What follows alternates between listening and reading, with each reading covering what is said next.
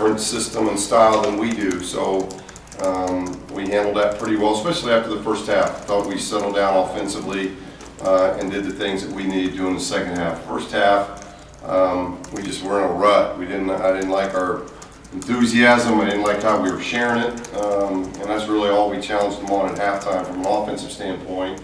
And I thought we really got back to sharing the ball in the second half and took better shots and figured some things out. So really the only negative defensively would have been the 14 offensive rebounds. We can't obviously give up that many offensive rebounds, but a good night, and we got 2 days here to get ready to get Long Beach on Sunday. It's 2 games in a row. You didn't really like the first half of your team. Is that a play? Is that concerning at all? I mean, obviously you've won these games and rebounded, but slow starts. No, it's too early to really be a concern. We've had different styles, and that's part of early season stuff. CSUN, a lot of transfers, a lot of vets. Got into us, pressured us, wanted to play a physical, tight game, and you got almost the exact opposite tonight. You got a younger team and a team that really wanted to play on the perimeter and slow things down, and a good credit to them. I thought they did handle the tempo in the first half much better, and then we kind of took the tempo in the second half a little bit more, but we still in a slow tempo, probably our least amount of possessions we've had all year. We're near 90 points again. So we were able to find a way. We did a good job at the free throw line. We're proving to be a team that can make foul shots.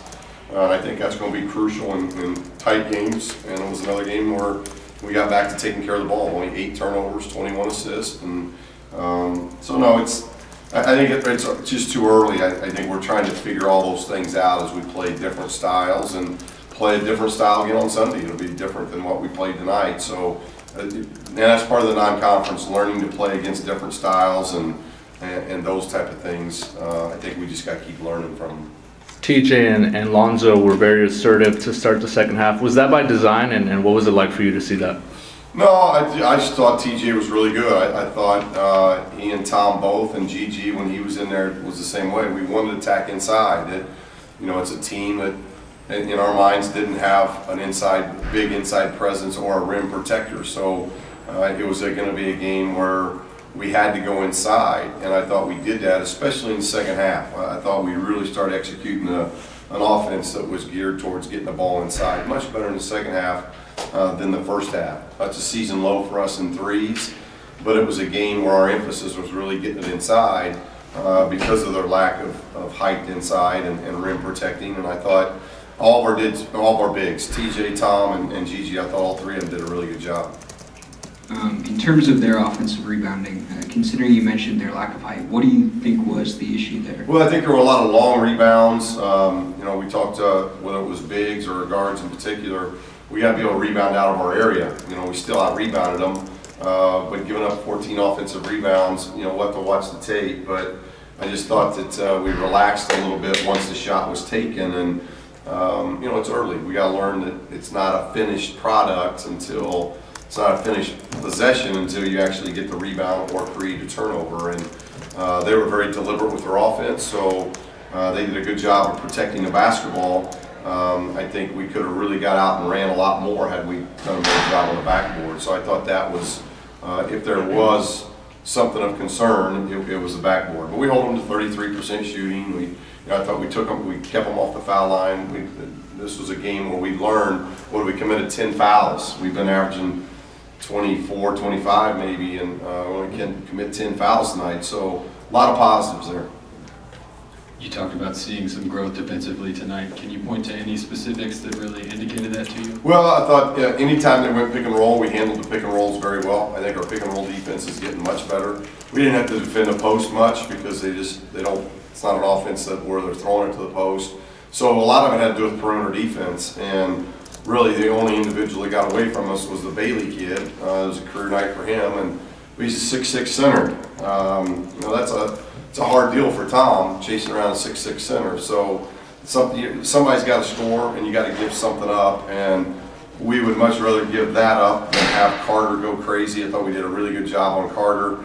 Their other guards, I thought we did a very good job on. So I thought we showed a lot better presence of mind of guarding the dribble drive and not fouling. And we really rim protect tonight. We had 9 blocks. I thought we really challenged a lot of shots. We want to get contested twos. I don't know how it finished up. We had 8 at half. So if we got to 16 or 20 contested twos, that's going to be a good night. Gigi was in foul trouble again tonight. What does he need to do to try to clean that up? Not foul. You know, it's but you know, Gigi's learned. Gigi didn't get to play much last year. You know, he's almost a sophomore, even though he's a junior. He missed almost all of last year, and then he wasn't, you know, healthy enough really when he came back because of his conditioning with the leg problem. So this is all new to him, and he's going to be fine. I thought he got in much better flow the second half because I thought he really defended. I thought of our bigs, of TJ, Tom, and Gigi. I thought Gigi was the best defender tonight. So he's smart. And yeah, I think he had 3 fouls maybe in the first half, or maybe it might have been early second half.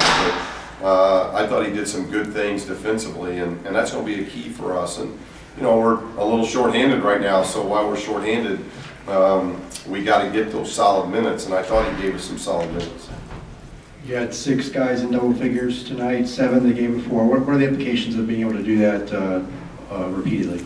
Well, the good thing is we played 3 games, and we've probably played 3 different styles. We played Pacific, who was maybe a hybrid of CSUN and San Diego. CSUN pressure, wanted to run with us. San Diego, more ball movement, more we're not going to get out and really go. We're going to slow this thing down a little bit. So we've had, and no center. So we've had a lot of different, just in 3 games, we've had a lot of different styles. And yet, the one common theme is we've been able to score the basketball. And not just one guy or 2 guys, but multiple guys. And last year, you know, if we had Bryce or Isaac not make shots, we were in trouble. And, you know, neither one of them probably were on their A game shooting the basketball tonight. And yet they combined for 9 assists, 2 turnovers, and we win by 20. I don't think we do that last year, and I told the team I don't think last year's team would beat CSUN with the way we played against CSUN. So we're learning, and we're moving the needle forward, and I thought we did it again tonight, and we'll have to be better on Sunday before we get to the Anaheim tournament. We're going to have to be better on Sunday because Long Beach obviously has played a lot of good competition already. Coach, Lonzo's coming from a pretty unique high school system. What's it been like trying to bring him into your scheme and kind of let him do his thing? Well, you know, I think we've it's all blend. You know, it's not just him coming out of high school, but you got 3 new guys, and we haven't seen EK yet in live play. But that's part of freshmen blending in with vets and vets blending with them. And I think our vets have done a good job of welcoming all 3 of those guys, and they know how important those 3 guys are to us. And I think those 3 freshmen have done a good job of understanding the experience that the vets have. And as we move forward, there's going to be experiences that those new guys, Lonzo included, have got to lean on those vets of what it's like, because they're going through it for the first time. And so it's all a learning process. It's you know, in high school, as talented as Lonzo is, he can kind of do his own thing, come and go, and still make a big difference. At the collegiate level, it's every possession matters.